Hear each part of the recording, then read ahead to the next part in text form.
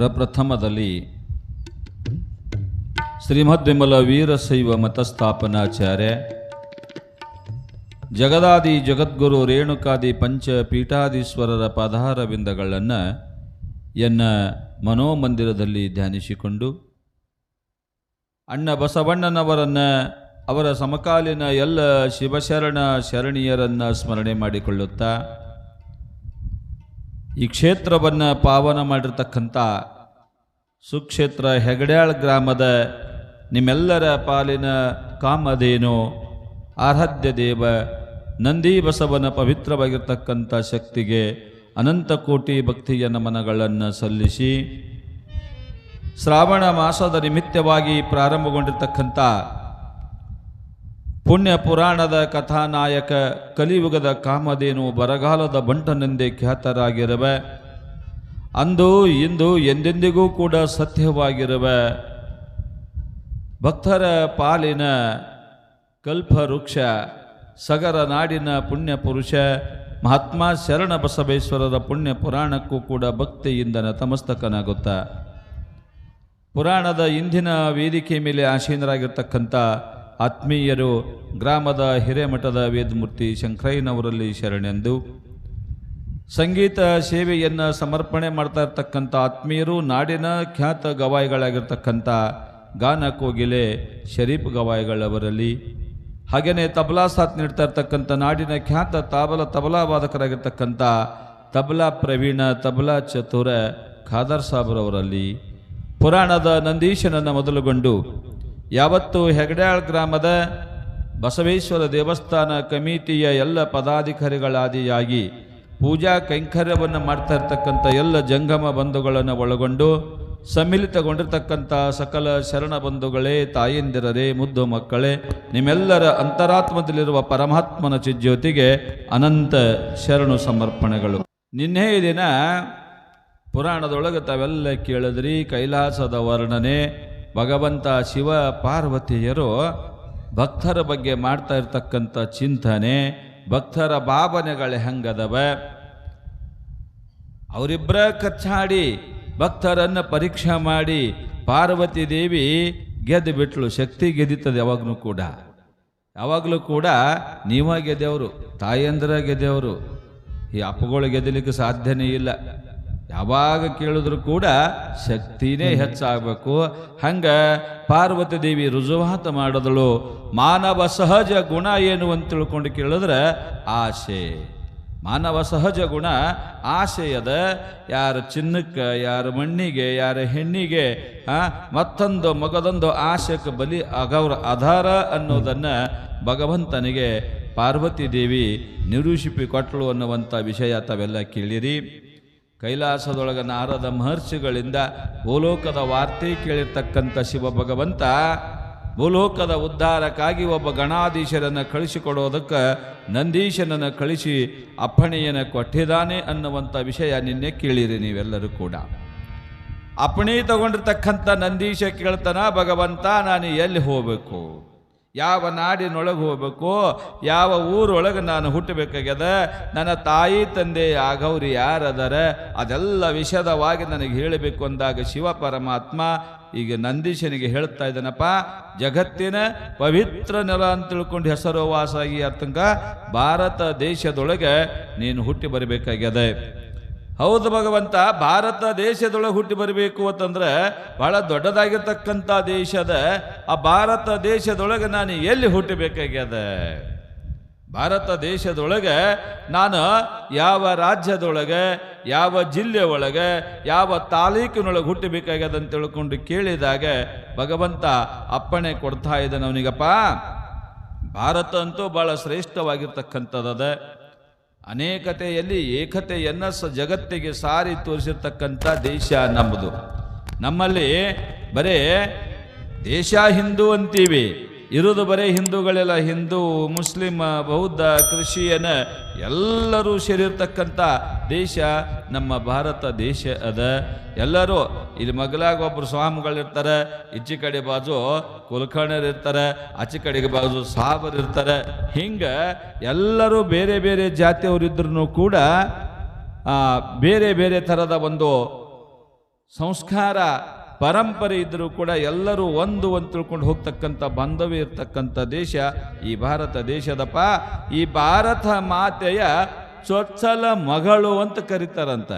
ಭಾರತ ಮಾತೆಯ ಚೊಚ್ಚಲು ಮಗಳು ಯಾರಿಗಂತಾರಂದ್ರೆ ನಮ್ಮ ಕರುನಾಡಿಗೆ, ಕನ್ನಡ ನಾಡಿಗೆ ಭಾರತ ಮಾತೆಯ ಚೊಚ್ಚಲ ಮಗು ಅಂತ ತಿಳ್ಕೊಂಡು ಕರಿತಾ ಇರ್ತಾರೆ. ಆ ಭಾರತದೊಳಗೆ ಎಷ್ಟು ಪವಿತ್ರದ ಹೆಂಗದ ಅಂತ ತಿಳ್ಕೊಂಡು ನಂದೀಶನಿಗೆ ವಿವರಣೆಯನ್ನು ಮಾಡ್ತಾ ಇದ್ದಾನೆ ಭಗವಂತ. ಈ ಭಾರತದೊಳಗಿರ್ತಕ್ಕಂಥ ವೈಶಿಷ್ಟ್ಯ ಬೇರೆ ಎಲ್ಲಿನೂ ಕೂಡ ಇಲ್ಲ. 12 ಜ್ಯೋತಿರ್ಲಿಂಗ ಇರೋದು ನಮ್ಮ ದೇಶದೊಳಗನ. 12 ಜ್ಯೋತಿರ್ಲಿಂಗಗಳು, 12 ಜ್ಯೋತಿರ್ಲಿಂಗ ಇರೋದು ನಮ್ಮ ದೇಶದೊಳಗನ. ಪಂಚ ಮಹಾ ಜಗದ್ಗುರುಗಳು ಲಿಂಗ ಮುಖೇನ ಹುಟ್ಟಿ ಬಂದಿದ್ದು ನಮ್ಮ ದೇಶದೊಳಗನ. ಋಷಿ ಸಂತ ಮಹಂತ ಒಬ್ಬರಲ್ಲ ಇಬ್ಬರಲ್ಲ, ಹೆಣ್ಮಕ್ಳು ಎಷ್ಟೋ ಜನ ಶರಣೀಯರಾಗಿ ಹೋಗ್ಯಾರ. ಗಂಡುಮಕ್ಕಳು ಸಾಕಷ್ಟು ಜನ ಸನ್ಯಾಸತ್ವವನ್ನು ಸ್ವೀಕಾರ ಮಾಡಿಕೊಂಡು ಶರಣ ತತ್ವವನ್ನು ರೂಢಿ ಮಾಡಿಕೊಂಡು ಜೀವನವನ್ನು ಪಾವನ ಮಾಡಿಕೊಂಡು ಹೋಗಿರ್ತಕ್ಕಂಥ ಘಟನಾವಳಿಗಳದಾವ. ಸ್ವಾಮಿ ವಿವೇಕಾನಂದರಂಥ ಮಹಾನ್ ಸನ್ಯಾಸಿಯನ್ನು ಕೊಟ್ಟಿರ್ತಕ್ಕಂಥ ದೇಶ ನಮ್ಮ ಭಾರತ ದೇಶ. ಸ್ವಾಮಿ ವಿವೇಕಾನಂದರು ಜಗತ್ತಿನೊಳಗೆ ನಮ್ಮ ದೇಶದ ಕೀರ್ತಿ ಪತಾಕೆಯನ್ನು ಹಾರಿಸಿರ್ತಕ್ಕಂಥ ಒಬ್ಬ ವೀರ ಸನ್ಯಾಸಿ ಅನಿಸ್ಕೊಂಡ್ರವರು. ನೋಡೋದಕ್ಕೆ ಬಹಳ ಸೀದಾ ಸಾದಾ, ನೋಡೋದಕ್ಕೆ ಇವರು ಸನ್ಯಾಸಿನೂ ಅಲ್ಲ ಅನ್ಬೇಕು, ಆ ನಮೂನಿ ಕಾವಿ ಬಣ್ಣ ನೋಡಿ ಸನ್ಯಾಸಿ. ಆದ್ರೆ ಅವರ ಸರಳತೆ, ಅವರ ಸಜ್ಜನಿಕೆ ಹೆಂಗಿತ್ತು ಅಂತ ತಿಳ್ಕೊಂಡು ಕೇಳಿದ್ರೆ, ಅವರು ಹೊರಗಿನ ದೇಶಕ್ಕೆ ಪ್ರವಾಸಕ್ಕೆ ಹೋಗ್ಬೇಕಾಗಿತ್ತು ಅಂತಂದಾಗ ಟ್ರೇನಿನೊಳಗೆ ಒಂದು ಊರಿಂದ ಇನ್ನೊಂದು ಊರಿಗೆ ಹೋಗಿ ಇಳಿಬೇಕಾಗಿತ್ತು ಅಂತಂದಾಗ ಟ್ರೇನ್ದಾಗ ಕುತ್ಕೊಂಡಲ್ಲೇ ಹಿಂಗೆ ಕೂತು ಶೀಟಿನ ಮ್ಯಾಗ ನೋಡ್ತಾರ, ಎದುರುಗಡೆ ಶೀಟ್ ಹರಿದಿತ್ತಂತ. ಹರಿದಿರ್ತಕ್ಕಂಥ ಶೀಟನ್ನು ಸೂಜಿ ದಾರ ತೋಡು ಹೊಲಿತಿದ್ರತ್ತಿವರು ವೀರ ಸನ್ಯಾಸಿ. ನಾವೇನು ಮಾಡ್ತೀವಿ, ತುಸು ಸಣ್ಣ ಹೋಲಿತ್ತಂದ್ರೆ ಹರಿದು ದೊಡ್ಡದ ಮಾಡಿ ಬರ್ತೀವಿ ನಾವು. ಅಂತ ವೀರ ಸನ್ಯಾಸಿ.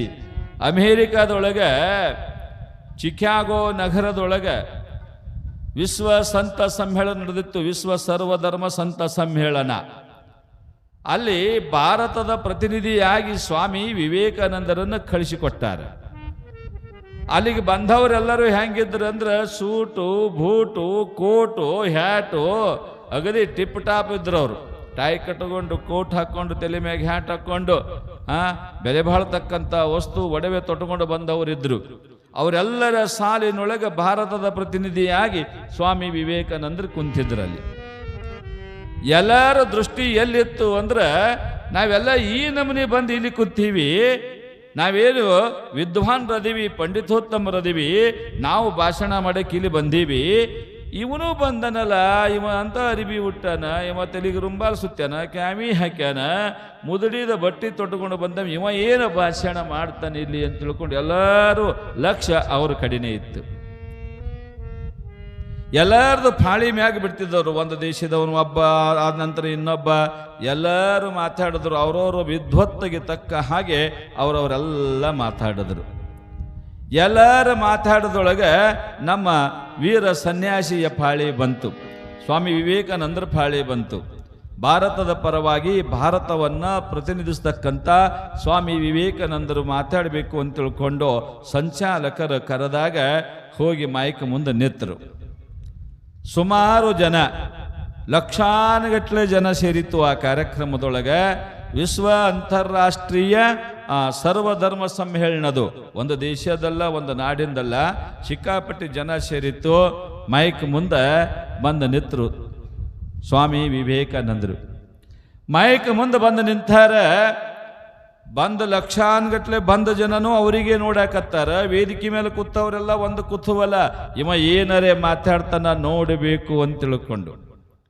ಮೈಕ್ ಮುಂದೆ ಬಂದ ಮೊಟ್ಟ ಮೊದಲ ಶಬ್ದನೇ ಅವರು ಹೇಳುತ್ತಾರೆ, ಅಮೇರಿಕಾ ದೇಶದ ನನ್ನ ಸಹೋದರ ಸಹೋದರಿಯರೇ ಅಂತ ತಿಳ್ಕೊಂಡು ಎರಡು ಶಬ್ದ ಹೇಳಿ ಬಿಟ್ಟಾಗ ಸುಮಾರು ಚಪ್ಪಾಳೆ ತಟ್ಟಬೇಕಾದ್ರೆ ಎಷ್ಟೊತ್ತಂತ ತಿಳ್ಕೊಂಡು ಕೇಳಿದ್ರೆ ಗಂಟೆಗಟ್ಲೆ ಚಪ್ಪಾಳೆ ತಟ್ಟಿತ್ತ. ಗಂಟೆಗಟ್ಲೆ ಹೇಳಿದೇನು ಅಲ್ಲವರು, ಬರೇ ನನ್ನ ಅಣ್ಣ ತಮ್ಮಂದಿರೇ, ಅಕ್ಕ ತಂಗಿಯರೇ ಅಂತ ತಿಳ್ಕೊಂಡು.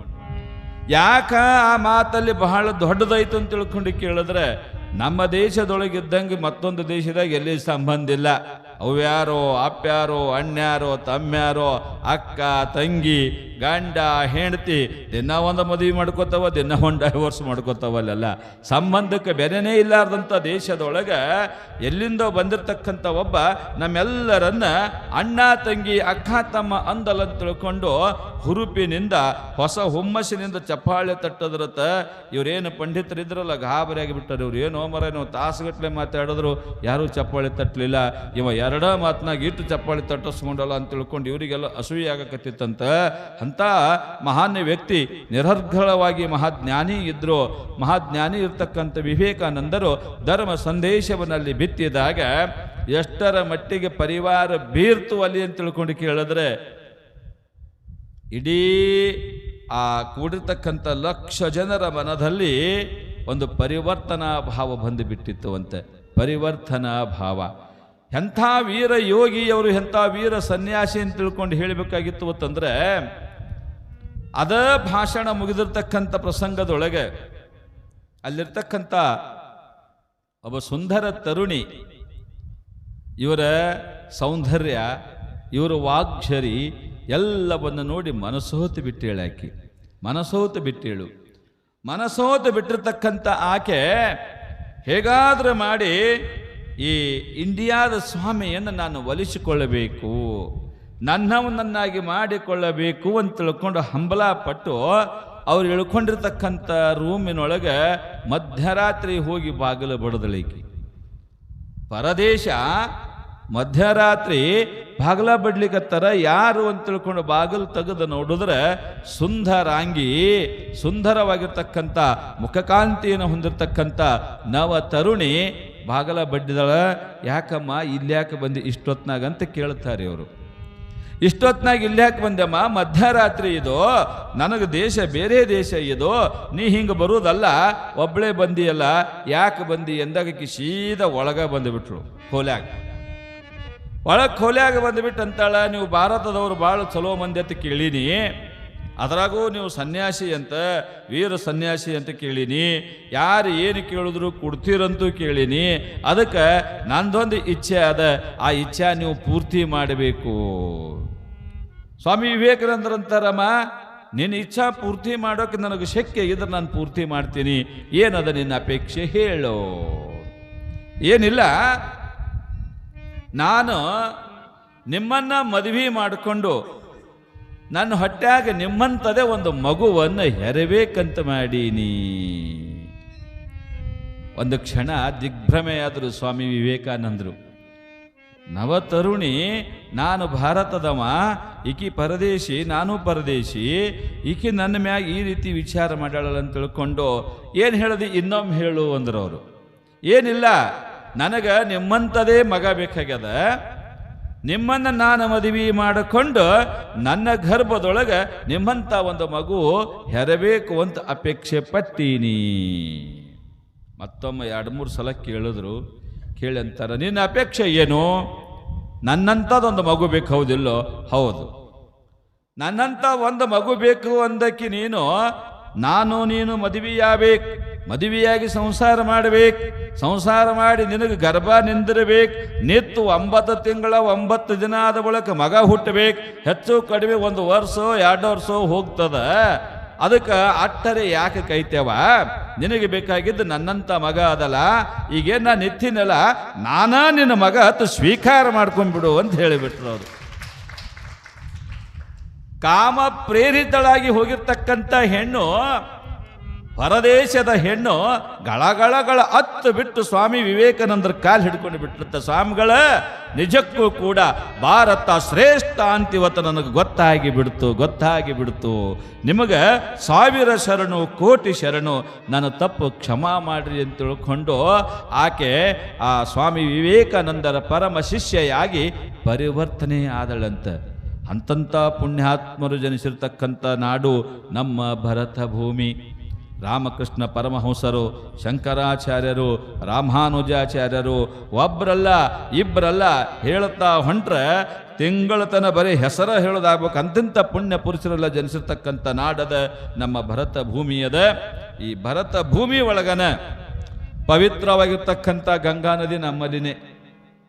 ಪವಿತ್ರವಾಗಿರ್ತಕ್ಕಂಥ ಗಂಗಾ, ಯಮುನಾ, ಸರಸ್ವತಿ, ನರ್ಮದೆ, ತುಂಗೆ, ಕಾವೇರಿ ಎಲ್ಲ ಇರುವುದು ನಮ್ಮ ದೇಶದೊಳಗನೆ. ಇವೆಲ್ಲವೂ ಕೂಡ ಅದ್ಭುತವಾಗಿರ್ತಕ್ಕಂಥ ಶಕ್ತಿ ಹೊಂದಿರತಕ್ಕಂಥವ ಒಂದೊಂದು ಸ್ಥಳಗಳದವ, ಪುಣ್ಯಕ್ಷೇತ್ರಗಳದವ.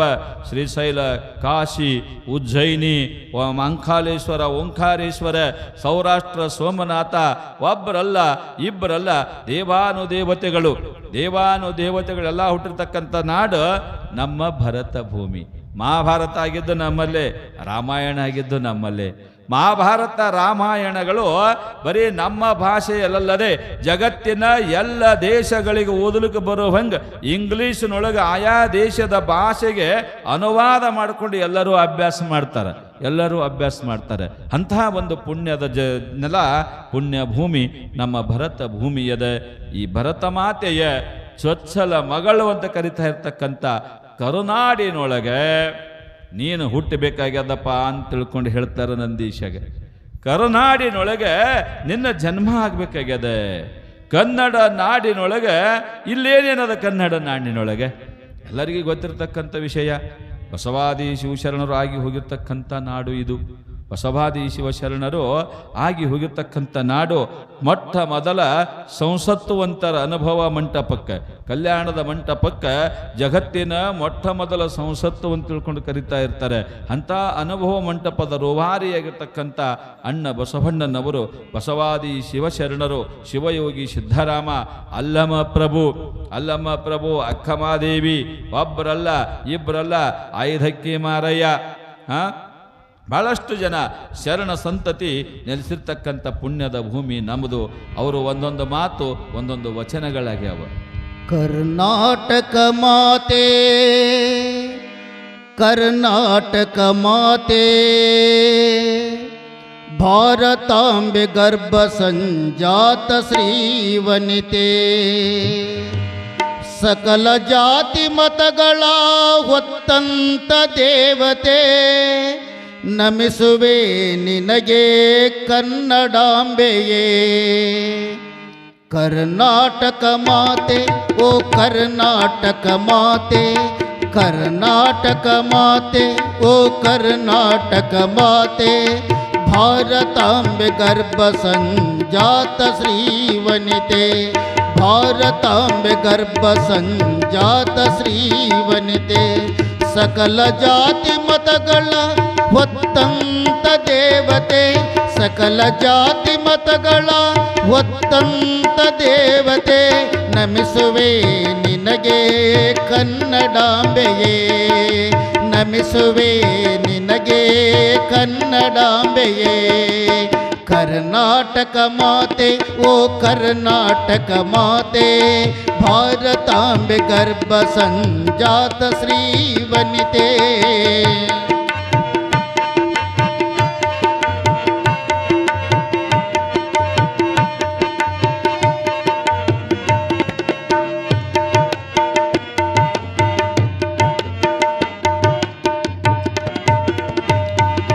ತುಂಗಭದ್ರ ಕಾವೇರಿ ಮಲಪ್ರಭೆ ಕೃಷ್ಣ, ತುಂಗಭದ್ರೆ ಕಾವೇರಿ ಮಲಪ್ರಭೆ ಕೃಷ್ಣ, ಮೈದುಂಬಿ ಹರಿಯುವರು ಕರುನಾಡಲ್ಲಿ. ವಿಶ್ವೇಶ್ವರಯ್ಯ ಕಟ್ಟಿದ ಮೈಸೂರಲ್ಲಿ, ವಿಶ್ವೇಶ್ವರಯ್ಯ ಕಟ್ಟಿದ ಮೈಸೂರಲ್ಲಿ, ಬೃಂದಾವನವು ನೋಡಲು ಚಂದ, ಬೃಂದಾವನವು ನೋಡಲು ಚಂದ. ಕರ್ನಾಟಕ ಮಾತೆ, ಓ ಕರ್ನಾಟಕ ಮಾತೆ, ಕರ್ನಾಟಕ ಮಾತೆ, ಓ ಕರ್ನಾಟಕ ಮಾತೆ, ಭಾರತಾಂಬೆ ಗರ್ಭ ಸಂಜಾತ ಶ್ರೀವನಿತೆ. ಭಾರತಾಂಬೆ ಗರ್ಭ ಸಂಜಾತ ಶ್ರೀವನಿತೆ.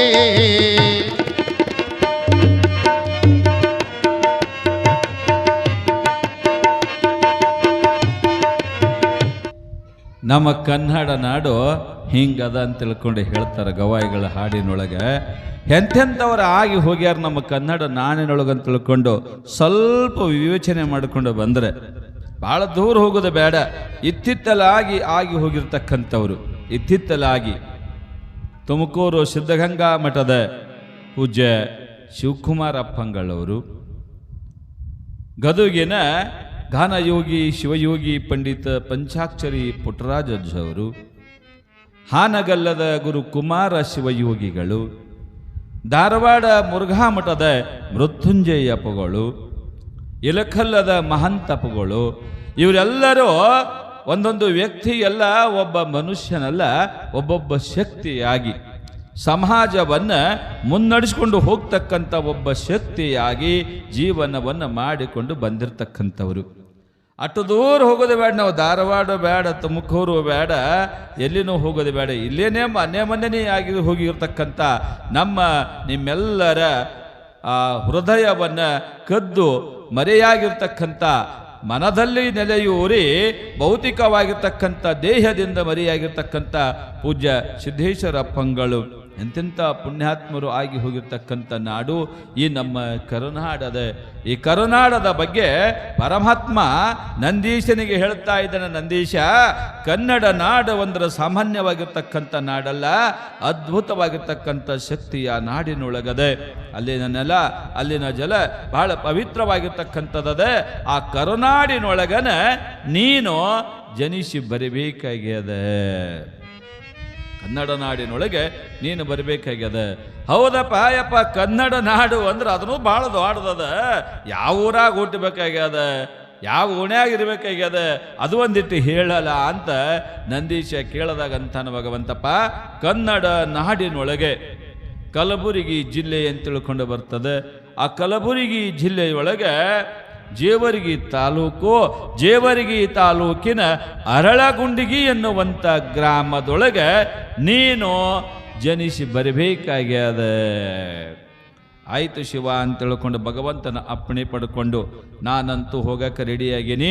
ಪ್ರತಿಯೊಂದು ಕಾಲಕ್ಕೂ ಕೂಡ ನೀನು ಬರ್ತಿ ಎಂದಿದ್ದಿ ಭಗವಂತ. ಪ್ರತಿಯೊಂದು ಕಾರ್ಯಕ್ಕೂ ಕೂಡ ನೀನು ಸಾಕ್ಷೀಭೂತನಾಗಿರ್ತೀನಿ ಅಂತ ಹೇಳಿದೆ. ನೀನು ಬರ್ತೀನಿ ಅಂತ ತಿಳ್ಕೊಂಡು ಗಟ್ಟಿಯಾಗಿ ಹೇಳಿ ಅಂತ ತಿಳ್ಕೊಂಡು ನಾನು ಹೊಂಟೀನಿ, ನನಗೆ ಆಶೀರ್ವಾದ ಮಾಡು ಅಂತ ತಿಳ್ಕೊಂಡು ಶಿವ ಪಾರ್ವತಿಯರ ಆಶೀರ್ವಾದ ಪಡ್ಕೊಂಡು ಎಲ್ಲ ದೇವಾನುದೇವತೆಗಳ ಒಂದು ಶುಭ ಹಾರೈಕೆಯೊಂದಿಗೆ ನಂದೀಶ ಎಲ್ಲ ಲೋಕಗಳನ್ನು ಸಂಚಾರ ಮಾಡುತ್ತಾ ಮಾಡುತ್ತಾ ಮಾಡುತ್ತಾ ಬರ್ತಾನೆ. ಎಲ್ಲಿಗೆ ಅಂತ ತಿಳ್ಕೊಂಡು ಕೇಳಿದ್ರೆ ಕನ್ನಡ ನಾಡಿಗೆ ಬರ್ತಾ ಇದ್ದಾನೆ ಅನ್ನುವಂಥ ಮಾತನ್ನ ತಮ್ಮಗಳಿಗೆ ಹೇಳುತ್ತಾ, ಅರಳಗುಂಡಿಗೆ ಕಲಬುರಗಿ ಜಿಲ್ಲೆ ಜೇವರ್ಗಿ ತಾಲೂಕಿನ ಅರಳಗುಂಡಿಗೆ ಭಾಳಷ್ಟು ಜನ ಯಾರು ಹೋಗಿರಬೇಕು, ಬಂದಿರಬೇಕು, ಇಲ್ಲ ಅಲ್ಲಿ ಏನರ ಬೀಗ್ತನ ಪಾಗ್ತನ ಆಗಿರಬೇಕು. ಇಲ್ಲಿವು ನಾವಂತೂ ಹೋಗ್ತಿರ್ತೀವಿ. ನಮ್ಮ ಶರೀಫಂತೂ ಭಾಳ ಸಲ ಹೋಗ್ಯಾನಲ್ಲಿ. ಅವನಿಗೆ ನಮಗೆ ಡೇಟ್ ಹೊಂದಾಣಿಕೆ ಎಲ್ಲರಕ್ಕೆ ನಮಗೆ ಪುರಾಣಕ್ಕೆ ಹೋಗೋದಾಗಿಲ್ಲಲ್ಲಿ ವರ್ಷನೂ ಕರೆಯಕತ್ತಾರವರು. ಆದ್ರೆ ಸಾಕಷ್ಟು ಸಲ ಆ ಭಾಗಕ್ಕೆ ಹೋದಾಗ ಎಲ್ಲೆಲ್ಲಿ ಪುರಾಣ ಮಾಡಿವಿ, ಆ ಪುರಾಣದ ಎಲ್ಲ ಜನರನ್ನು ಒಂದು ಬಸ್ 2 ಬಸ್ ಮಂದಿನ ಕರ್ಕೊಂಡು ಕಲ್ಯಾಣ, ಅರಳಗುಂಡಿಗೆ, ಕಲಬುರಗಿ, ಬೀದರ್ ಹಿಂಗೆಲ್ಲ ಕರ್ಕೊಂಡು ಹೋಗ್ಬೇಕಾದ್ರೆ ಅರಳಗುಂಡಿಗೆ ಹೋಗಿವಿ. ಅರಳಗುಂಡಿಗೆ ಒಳಗೆ ಸಾಕಷ್ಟು ಮನೆತನಗಳದಾವ, ಎಲ್ಲ ಜಾತಿ ಅದಾವ, ಎಲ್ಲ ಮತ ಅದಾವ, ಎಲ್ಲ ಪಂಥ ಅದಾವ. ನಮಗೆ ಬೇಕಾಗಿರ್ತಕ್ಕಂಥ ಒಂದು ಮನೆತನ ಯಾವುದು ಅಂತ ತಿಳ್ಕೊಂಡು ಕೇಳೋದ್ರಲ್ಲಿ ಸಾಲ್ಹೊಕ್ಯ ಮನೆತನ ಅಂತ ತಿಳ್ಕೊಂಡು ಬರ್ತದೆ. ಸಾಲ್ಹೊಕ್ಯ ಮನೆತನ ಕವಿಗಳು ಬರೆದಿದ್ದು ಸಾಲ್ಹೊಕ್ಯ ಮನೆತನ. ರೂಢಿ ಒಳಗೆ ಅದಕ್ಕೆ ಕೆಲವೊಬ್ಬರು ದೀಕ್ಷಾ ಅಂತಾರೆ, ಕೆಲವೊಬ್ಬರು ಪಂಚಮಸಾಲಿ ಅಂತಾರೆ. ಅವರವರಿಗೆ ಅನುಕೂಲಕ್ಕೆ ತಕ್ಕ ಹಾಗೆ ಗುಲ್ಬರ್ಗ ಭಾಗದಾಗ ಹೋಳಿದ್ರೆ ಇಲ್ಲಿ ನಾವೆಲ್ಲ ಕೆಲವೊಂದು ಹೇಳ್ತೀವಿ, ಜಾತಿ ಲೆಕ್ಕಾಚಾರದಾಗ ಶೀಲವಂತ ಬಣಜಿಗರು ಭಾಳ ಶ್ರೇಷ್ಠ ಭಾಳ ಶ್ರೇಷ್ಠ ನಾವು ಅಂತೀವಿ. ಇಲ್ಲಿ ಗುಲ್ಬರ್ಗ ಭಾಗಕ್ಕೆ ಆ ಕಡೆ ಹೋಗಿಬಿಟ್ರೆ ಯಾರ ಪೈಕಿ ನೀವು ದೀಕ್ಷು ಬಳಿಕೆ ಅಂತಾರವ್ರು. ಮತ್ತು ದೀಕ್ಷು ಬಳಿಕೆ ಶೀಲವಂತರು ಬೀಗ್ತಾನ ಆತವೇನು? ಇಲ್ರಿ, ಅವ್ರಕ್ಕ ಶ್ರೇಷ್ಠ ನಾವು ಅಂತಾರ ಅವರು. ಅವ್ರಿಗಿಂತ ನಾವು ಶ್ರೇಷ್ಠ ಅವ್ರು ಹತ್ತಾರೆ, ಇವ್ರ ಹತ್ತಾರ ಇಲ್ರಿ ಅವ್ರಕ್ಕ ನಾವು ಶ್ರೇಷ್ಠ ಅಂತ. ಎಲ್ಲ ಶ್ರೇಷ್ಠ ಕನಿಷ್ಠ ಎಲ್ಲಿಗೆ ಬಂದದ ಅಲ್ಲಿಗೆ ಹೋಗೋದದು ಎಲ್ಲರ ಕರೆ ಇರುತ್ತಾನ. ನಂದು ಶ್ರೇಷ್ಠ, ನಾ ಶ್ರೇಷ್ಠ, ನೀ ಶ್ರೇಷ್ಠ ಅನ್ಕೋಂತ ಹೋಗಿ ಬಿಡ್ತದೆ. ಹಂಗೆ ಸಾಲ್ಹೊಕ್ಯ ಮನತನದೊಳಗೆ ಸತ್ಕುಲ ಸಂಪನ್ನರು, ಸುಗುಣಿ, ಧರ್ಮ ಪಾರಾಯಣಿಯಾಗಿರ್ತಕ್ಕಂಥ ಆಧಯ್ಯ ಮಡಿಯಮ್ಮ ಅಂತ ತಿಳ್ಕೊಂಡು ದಂಪತಿಗಳಿದ್ರು. ಆಧಯ್ಯ ಮಡಿಯಮ್ಮ ದಂಪತಿಗಳು ಬಹಳ ಅನ್ಯೋನ್ಯವಾಗಿರ್ತಕ್ಕಂಥ ದಾಂಪತ್ಯ ಜೀವನ ಇತ್ತವ್ರದ್ದು. ದಾಂಪತ್ಯ ಜೀವನ ಅವ್ರದ್ದು ಹೇಗಿತ್ತು ಅಂತ ತಿಳ್ಕೊಂಡು ಕೇಳಿದ್ರೆ ಬಹಳ ಅನ್ಯೋನ್ಯವಾಗಿರ್ತಕ್ಕಂಥ ಜೀವನ ಇತ್ತು. ಒಬ್ಬರನ್ನ ಆಗಲಿ ಒಬ್ಬರು ಇರ್ತಾ ಇರಲಿಲ್ಲ. ಇವು ಹಬ್ಬ ಹುಣ್ಣಿಮೆ ಬಂದರೂ ಸಹಿತ ತಾವ್ರ ಮನೆ ನೆನೆಸಲಾರ್ದಂಗೆ ಮಡಿಯಮ್ಮನವ್ರು ಇರ್ತಿರೋ, ಹಬ್ಬ ಹುಣಿಗೆ ಕಳಿಸಲಾರ್ದಟ್ಟು ಪ್ರೀತಿಯನ್ನು ಆಧಯ್ಯನವ್ರು ಅವಳಿಗೆ ಮಾಡ್ತಿದ್ರು. ಭಾಳ ಮಂದಿ ಹಬ್ಬಕ್ಕೆ ಹೋಗ್ಯಾರ. ಯಾಕ್ರಿ ನಿಮ್ಮ ಊರಾಗ ಮಂದಿ ಹೆಣ್ಮಕ್ಳು ಸ್ವಸ್ಥರು ಹೋಗ್ಯಾರ, ಮಕ್ಕಳು ಬಂದಾರ, ಹೌದಿಲ್ಲವ? ಹಾಂ, ಹೋಗಬೇಕು ಬರಬೇಕು. ಹಬ್ಬ ತವ್ರ ಮನೆಗೆ ಹೆಣ್ಮಕ್ಳು ಬರ್ಲಿಕ್ಕಂದ್ರೆ ಹಬ್ಬ ಆಗೋದಿಲ್ಲ. ಅಕಸ್ಮಾತ್ ಹಬ್ಬ ಸನಿ ಮಾಡಿ ಅಣ್ಣತಮ್ಮರು ಅವ್ವ ಅಪ್ಪ ಯಾರು ಕರ್ಲಿಕ್ಕೆ ಬರಲಿಲ್ಲ ಹೋಗಲಿಲ್ಲ ಅಂತ ತಿಳ್ಕೊಂಡು ಕೇಳಿದ್ರೆ ಆ ಹೆಣ್ಮಗಳು ಇಟ್ಟು ಚಂದ ಬೈತಾಳ. ಅಬ್ಬಾ ಯಾರಿಗೆ? ತವ್ರ ಮನೆಯವರಿಗೆ. ಆ ಕಡೆ ಇರ್ತದ ನೆದರೆಲ್ಲ ಯಾವಾಗ ಬರ್ತಾನೆ ಇನ್ನ ಯಾಕೆ ಬರಲ್ಲ ಅನ್ಕೋತ ಆ ಕಡೆ ಲಕ್ಷ ಇರ್ತದೆ. ಹಂಗೆ ಹಬ್ಬ ಅಂದಾಗ ಒಂದು ವೈಭವ ಅದ, ಒಂದು ವೈಭವದ ಹಬ್ಬ ತಂದಾಗ ಎಲ್ಲ ಹಬ್ಬ ಒಟ್ಟು ನಿಮ್ಮವೇ ಮತ. ಹೆಣ್ಮಕ್ಳು ಹಬ್ಬ ಅದೊಂದು ವಿಪರ್ಯಾಸ ನಮಗೆ ತಾಪಾಗುವುದದ. ನಮಗೊಂದು ಹಬ್ಬ ಇಲ್ಲ, ಒಂದು ಹಬ್ಬ ನಂಬುದು ಅದು ಒಂದು ಹಬ್ಬ. ನೀವು ಮಾಡಿದ ಹೋಳಿಗೆ ಉಂಡು ಮುಂದಿಂದ ಹೇಳೋದು ಬೇಡ. ನಮ್ಮ ಹಬ್ಬ ಅದು ಒಂದಿಟ್ಟ್ಯಾರ. ಒಟ್ಟು ಹಬ್ಬಗಳು ನಿಮ್ಮವಿ ಅವ. ಈ ನಾಗರ ಪಂಚಮಿ ಸಂದರ್ಭದೊಳಗೆ ಪುರಾಣದಾಗೂ ಭಾಳ ಮಜೆ ಆತವ. ನಿಮಗೆ ಹೇಳ್ತೀನಿ. ಏನಾಗಿ ಬಿಟ್ಟಿತ್ತಂದು ಕೇಳಿದ್ರೆ ಹಿಂಗ ಪುರಾಣ ಸಿಕ್ಕಾಪಟ್ಟಿ ಜನ ಸೇರ್ಯದ. ಒಬ್ಬಾತ ಹೊಸ್ತಾಗಿ ಮದುವೆ ಮಾಡ್ಕೊಂಡಿದ್ದ. ಹೊಸ್ತಾಗಿ ಮದುವೆ ಮಾಡ್ಕೊಂಡನ. ಹಬ್ಬದ ಪ್ರಸಂಗ ಹೆಂಡ್ತಿ ತವ್ರ ಮನೆಗೆ ಹೋಗ್ಯಾಳ.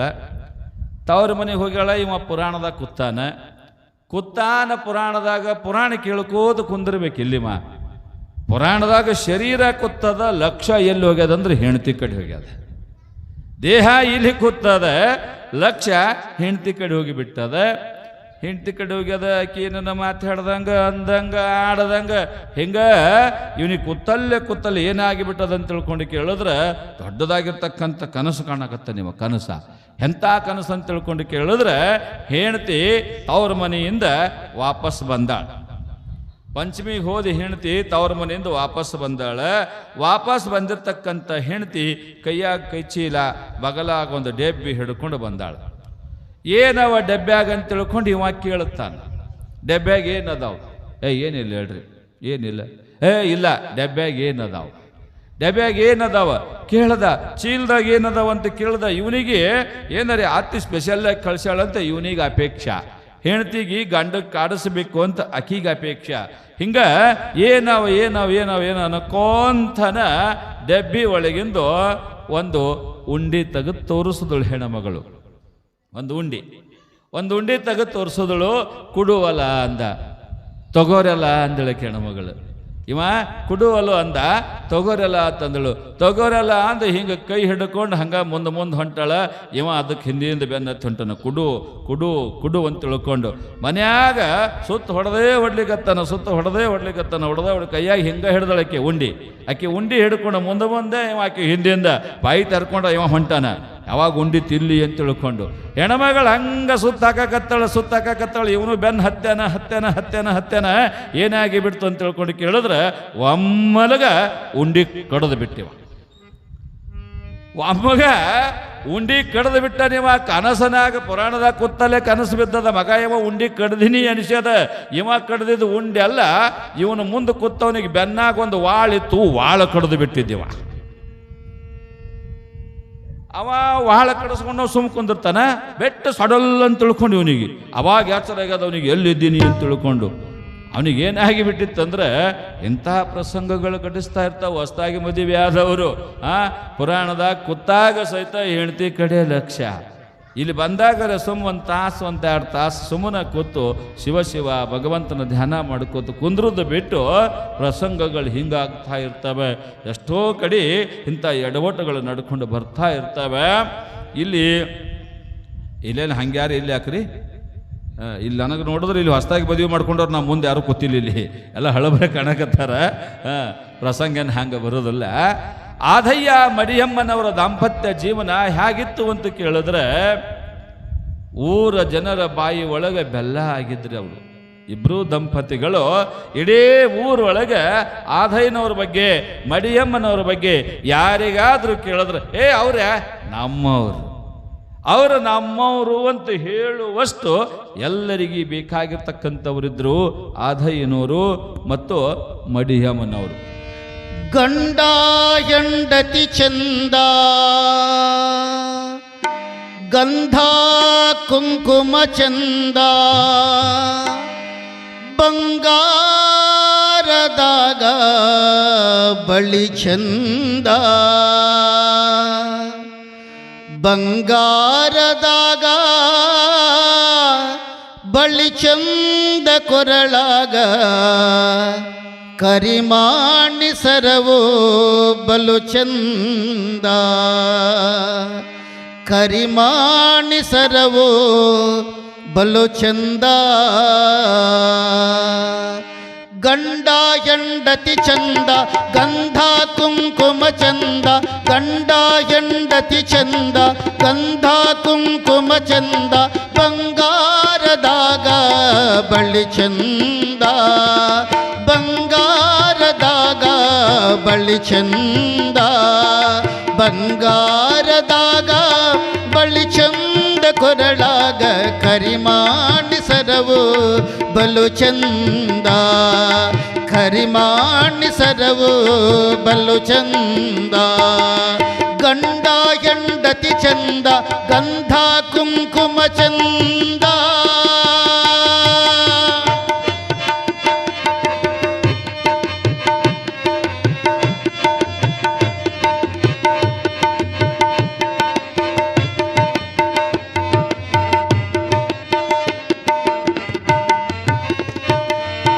ಅತ್ತಿ ಬೈದರು ಅಪ್ಪ, ಮಾವ ಬೈದರು ಅಪ್ಪ, ಅತ್ತೆ ಬೈದರು ಅಪ್ಪ, ಮಾವ ಬೈದರು ಅಪ್ಪ, ಹಣಚೀಯ ಬಟ್ಟು ನಿನಗೊಪ್ಪ ಮಗಳೇ,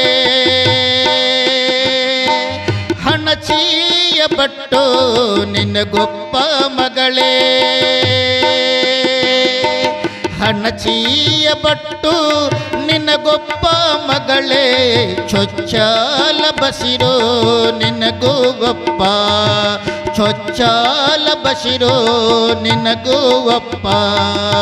ಗಂಡ ಹೆಂಡತಿ ಚಂದ, ಗಂಧ ಕುಂಕುಮ ಚಂದ, ಗಂಡ ಹೆಂಡತಿ ಚಂದ, ಗಂಧ ಕುಂಕುಮ ಚಂದ, ಬಂಗಾರದಾಗ ಬಳಿ ಚಂದ, ಬಂಗಾರದಾಗ ಬಳಿ ಚಂದ ಕೊರಳಾಗ ಕರಿಮಾಣಿ ಸರವೋ ಬಲು ಚಂದ, ಕರಿಮಾಣಿ ಸರವೋ ಬಲು ಚಂದ.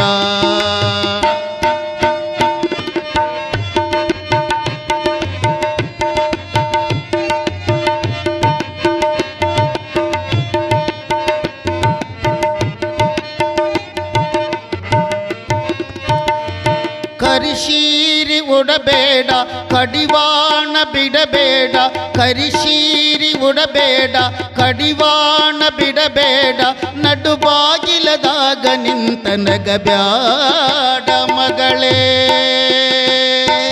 ನಡುಬಾಗಿಲದಾಗ ನಿಂತ ನಗಬ್ಯಾಡ ಮಗಳೇ, ನಡುಬಾಗಿಲದಾಗ ನಿಂತ ನಗಬ್ಯಾಡ ಮಗಳೇ, ನಡುಬಾಗಿಲದಾಗ ನಿಂತ ನಗಬ್ಯಾಡ ಮಗಳೇ, ತವರಿಗೆ ಕೆಟ್ಟೆಸರ ತರಬ್ಯಾಡ, ತವರಿಗೆ ಕೆಟ್ಟೆಸರ ತರಬ್ಯಾಡ. ಗಂಡ ಹೆಂಡತಿ ಚಂದ, ಗಂಧ ಕುಂಕುಮ ಚಂದ, ಗಂಡ ಹೆಂಡತಿ ಚಂದ.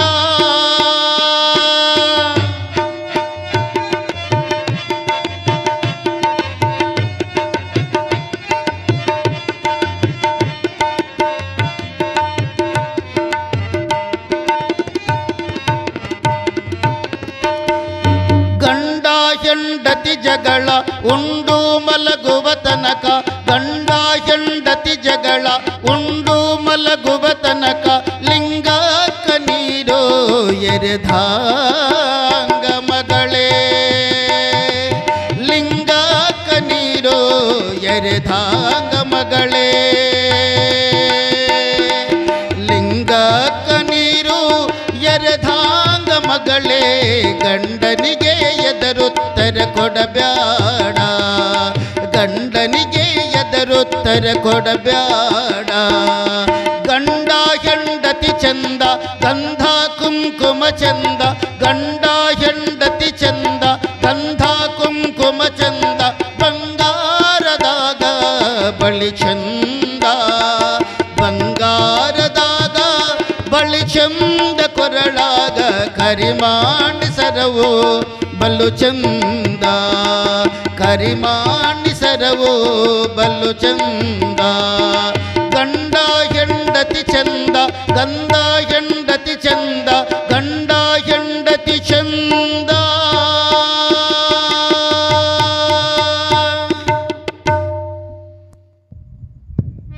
ಗಂಡ ಹೆಂಡತಿ ಚಂದ, ಹಣೆಗೆ ಕುಂಕುಮ ಚಂದ.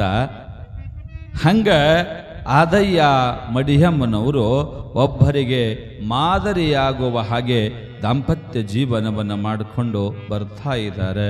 ಎಲ್ಲರಿಗೂ ಕೂಡ ಬೇಕಾದವರಾಗಿ ಭಗವದ್ಭಕ್ತರಾಗಿ ದಾನ ಧರ್ಮಾದಿ ಕಾರ್ಯಗಳನ್ನು ಮಾಡುತ್ತಾ ಪುಣ್ಯ ಕರ್ಮಗಳನ್ನೇ ಮಾಡ್ತಾ ಮಾಡ್ತಾ ಇರ್ತಕ್ಕಂಥ ಜಮೀನದೊಳಗೆ ಕಾಯಕವನ್ನು ಮಾಡಿಕೊಂಡು ತಕ್ಕ ಮಟ್ಟಿಗೆ ಜಮೀನಿತ್ತು, ಆ ಜಮೀನದೊಳಗೆ ಕೃಷಿ ಕಾಯಕ ಮಾಡಿಕೊಂಡು ದಾನ ಧರ್ಮಾದಿಗಳನ್ನು ಮಾಡ್ಕೊಂತ ಜೀವನ ಅವರು ಮಾಡಕತ್ತಿದ್ದಾರೆ. ಅವರ ಜೀವನ ಒಬ್ಬರು ನೋಡಿ ಏನಪ್ಪ ಎಂಥ ದಂಪತಿಗಳು ಅಂತ ಹೇಳಬೇಕು. ಎಂಥ ದಂಪತಿಗಳದರೆ, ಎಂತಹ ಬಾಂಧವ್ಯ ಅದೆ, ಎಂಥ ಕಷ್ಟ ಬರಲಿ ಸುಖ ಬರಲಿ ಗಂಡನಿಗೆ ಹೆಂಡತಿ, ಹೆಂಡತಿಗೆ ಗಂಡ ಬಿಟ್ಟು ಕೊಡುವುದಿಲ್ಲಲ್ಲ, ಅದು ಬಹಳ ಉತ್ತಮವಾಗಿರ್ತಕ್ಕಂಥ ದಾಂಪತ್ಯ ಅಂತ ತಿಳ್ಕೊಂಡು ಎಲ್ಲರೂ ಅವರನ್ನು ಕೊಂಡಾಡ್ತಾ ಇದ್ರು. ಕೊರತೆ ಏನೂ ಇರಲಿಲ್ಲ. ತಕ್ಕ ಮಟ್ಟಿಗೆ ಸಂಪತ್ತಿತ್ತು, ತಕ್ಕ ಮಟ್ಟಿಗೆ ಸಂಪತ್ತಿತ್ತು, ಜಮೀನಿತ್ತು, ಉಣ್ಣಾಕ ತಿನ್ನಾಕ ಉಡಾಕ ತೊಡಾಕ ಯಾವುದಕ್ಕೂ ಕೊರತೆ ಇರಲಿಲ್ಲ. ಇಲ್ಲಿ ನಾವು ನೀವೆಲ್ಲ ಅದೀವಿ, ಕುಂತೀವಿ ನಾವು ನೀವೆಲ್ಲ. ಬಸವಣ್ಣ ಹೆಂಗದ ನಿನ್ನ ಜೀವನ ಸುಮ್ಮನೆ ಕೇಳ್ತೀನಿ, ಏನು ಕಡಿಮೆದನೋ ಏನು ಹೆಚ್ಚದನೋ ಹೆಂಗದ?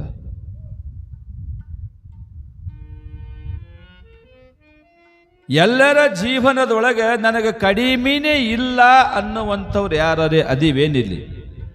ಸುಮ್ಮನ ಕಾಕ ನಿನಗ ನಿಮಗ್ರಿ ನನಗೇನೇನು ಕಡಿಮಿಲ್ಲ, ಏನೇನು ನನಗೆ ಒಟ್ಟ ಕಡಿಮಿಲ್ಲ ಅನ್ನಂಥವರು ಇಲ್ಲಿ ಕುಂತವ್ರೊಳಗೆ, ಹೊರಗೆ ಕುಂತವ್ರು, ಒಳಗೆ ಕುಂತವ್ರು, ಹೆಣ್ಮಕ್ಳಿರ್ಲಿ ಗಣಮಕ್ಳಿರ್ಲಿ ಯಾರೇ ಅದೀವೇನು? ಯಾರೂ ಇಲ್ಲಲ್ರಿ? ಇಲ್ಲ. ಅದ ಭಗವಂತನ ಸೃಷ್ಟಿ ನಿಯಮನೇ ಹೆಂಗದ. ಏನು ಕೊಟ್ಟರೂ ಕೂಡ ಇನ್ನೂ ಬೇಕು ಅನ್ನುವಂಥ ನಮ್ಮ ಚೀಲ ತುಂಬಲಿಕ್ಕೆ ಸಾಧ್ಯನೇ ಇಲ್ಲ. ಆ ಚೀಲ ಖಾಲಿ ಇಟ್ಕೊಂಡು ನಾವು ಹೋಗ್ತೇವೆ, ಹಂಗೆ ಹೋಗ ಮುಂದೆ.